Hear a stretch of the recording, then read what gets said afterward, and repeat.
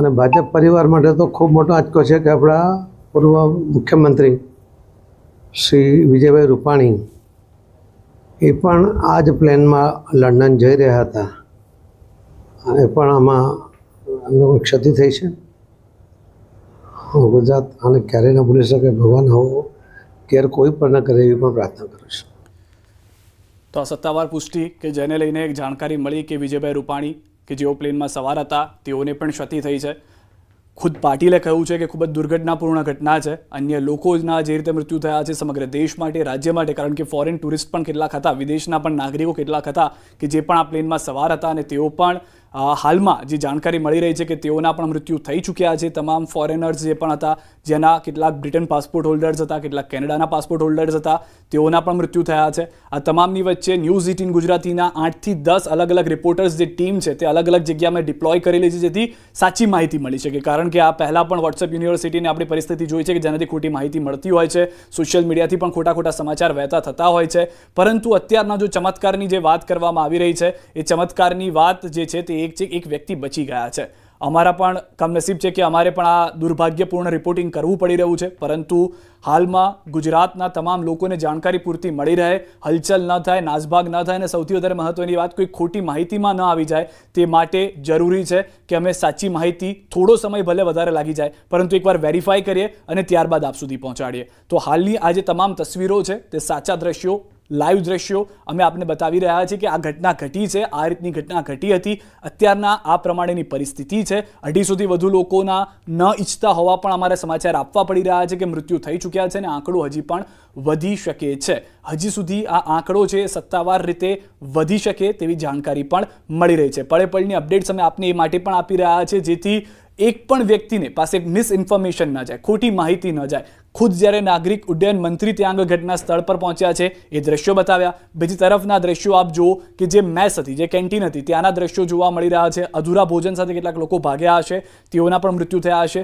દુર્ઘટનામાં એક વ્યક્તિ જીવિત મળ્યો છે જે ખુદ પોલીસ કમિશનર તરફથી કહેવામાં આવ્યું છે. હજી એ પુષ્ટિ કરવાની બાકી છે કે આ એ જ વ્યક્તિ છે કે જે પ્લેનમાં સવાર થઈને જતા હતા કે ત્યાં આગળ ઘટનામાં પ્લેન દુર્ઘટના થઈ ત્યારે તેમાંથી બચી ગયેલા વ્યક્તિ છે.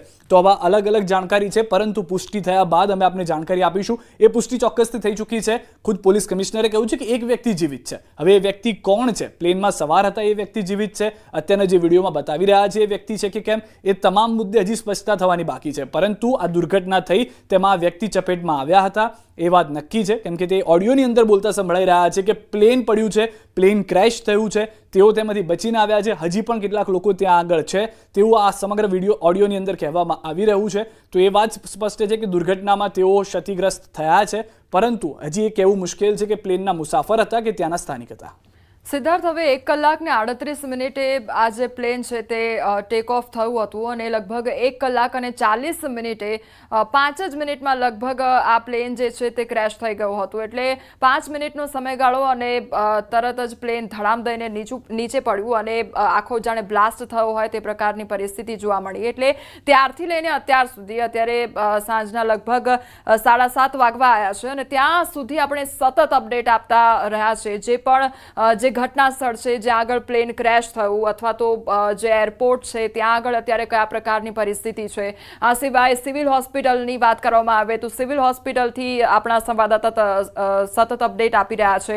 આ સાથે જ્યાં આગળ ઘટના સર્જાઈ હતી ત્યાં દૂર એક હાઇટ પર બિલ્ડિંગ આવેલું હતું અને ત્યાંથી પણ આપણા સંવાદદાતા દ્વારા આપણને તમામ જે દ્રશ્યો છે તે દર્શાવવામાં આવ્યા હતા અને લગભગ 3-4 કલાક વીતી ગયા છતાં પણ ત્યાં આગળ ધુમાડો જોવા મળી રહ્યો હતો એટલી હાઇટ પરથી. એટલે જ્યાં એવા જે પણ ઇમ્પેક્ટફુલ સ્પોટ્સ છે ત્યાં આગળ તમામ આપણા જે રિપોર્ટર્સ છે તે ઊભા છે અને તેમના દ્વારા તમામ જે ઝીણવટભરી માહિતી છે તે મેળવવામાં આવી રહી છે અને એટલા માટે જ આપણે સતત તેના વિશે વાત કરી રહ્યા છીએ અને એટલે જ લોકોને એ જ અપીલ કરવામાં આવી રહી છે કે ખોટી જે માહિતી છે તેના ઉપર વિશ્વાસ ન કરે.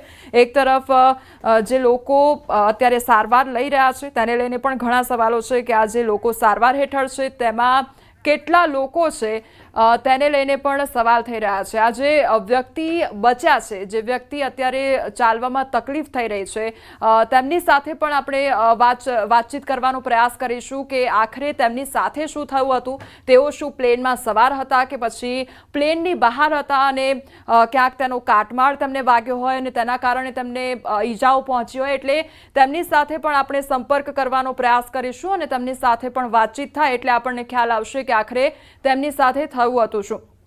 પરંતુ જી અહીંયા મહત્વની વાત એ પણ છે કે જો આ વ્યક્તિ બચી ગયા છે તો એ મોટો ચમત્કાર છે, કારણ કે એટલી મોટી દુર્ઘટના અને તેમાં બચીને આવવું એ ખૂબ જ મોટી વાત કહેવાય. હાલમાં જે જાણકારી છે તે પ્રમાણે કહેવામાં આવી રહ્યું છે કે આ વ્યક્તિ જે હતા તે પ્લેનમાં સવાર હતા. જે જાણકારી છે હજી તેના પર કન્ફર્મેશન નથી આવ્યું. તેમનું નામ જે છે તે રમેશ વિશ્વકુમાર હોવાની જાણકારી મળી રહી છે. કોઈ પણ કન્ફર્મેશન નથી આવ્યું. જે રીતે આપે કીધું કે કદાચ તે વ્યક્તિ સાથે આપણે વાત કરીએ, તેમના તરફથી કંઈક વાત જણાવવામાં આવે ને પછી આપણને ખબર પડે તો બની શકે કે આપણને સંપૂર્ણ માહિતી મળે. પરંતુ આ સર્વાઈવલ છે, એટલે કે બચેલા વ્યક્તિ છે કે જે આ પ્લેનમાં જ હતા અથવા તો પ્લેનની આ દુર્ઘટનામાં તેઓ હતા અને તેઓ બચ્યા છે.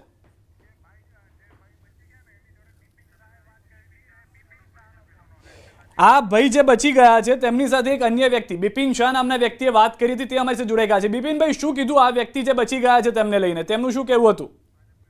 આ વ્યક્તિ સાથે અમારે જે ગામના વ્યક્તિ છે એ ગામના વ્યક્તિને ત્યાં અમે બધા હતા અને અમે કાર્યકરોએ વાત કરેલી છે કે ભાઈ કેમ છે ને શું છે, તો એને એમ જવાબ આપ્યો, શોર્ટમાં એકદમ જવાબ આપ્યો, કારણ કે એ પણ ઇન્જર્ડ તો છે. એને જવાબ એમ આપ્યો કે જયારે પ્લેન ક્રેશ થયું ત્યારે હું કૂદી પડ્યો એમાંથી અને હું ઉપરવાળાની દેહથી સર્વાઈવ થઈ ગયેલો છે અને હમણાં હું હોસ્પિટલે જઈ રહ્યો છું. એટલે આ ભાઈ પ્લેનમાં હતા ઇન શોર્ટ? હા, પ્લેનમાં હતો. હા. અને લંડન જવા માટે જવાનું એની ટિકિટ નંબર કે એની વિશે કોઈ જાણકારી છે? નામ શું છે આ ભાઈનું?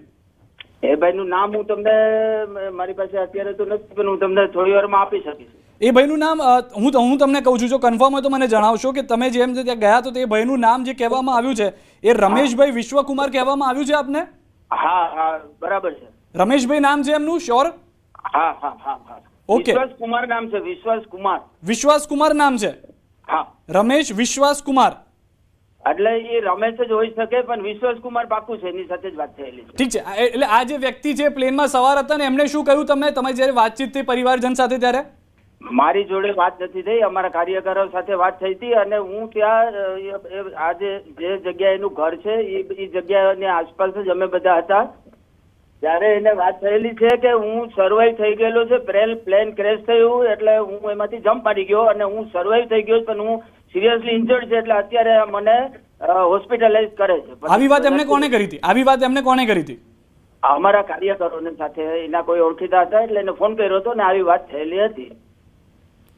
જી બિપિનભાઈ, એટલે એમના જે પરિવારજનો છે તેમની સાથે કોઈ આપની વાતચીત થઈ છે ખરી? એના પરિવારજનો તો એ લોકો ટોટલી તો એના ફેમિલીને 4 જણા હતા, એટલે એના એકદમ ક્લોઝ પરિવારના લોકો તો કોઈ હતા નહીં, પણ એના પરિવારના બીજા લોકો સાથે અમારે વાત થઈ હતી એટલે એ લોકો તો એકદમ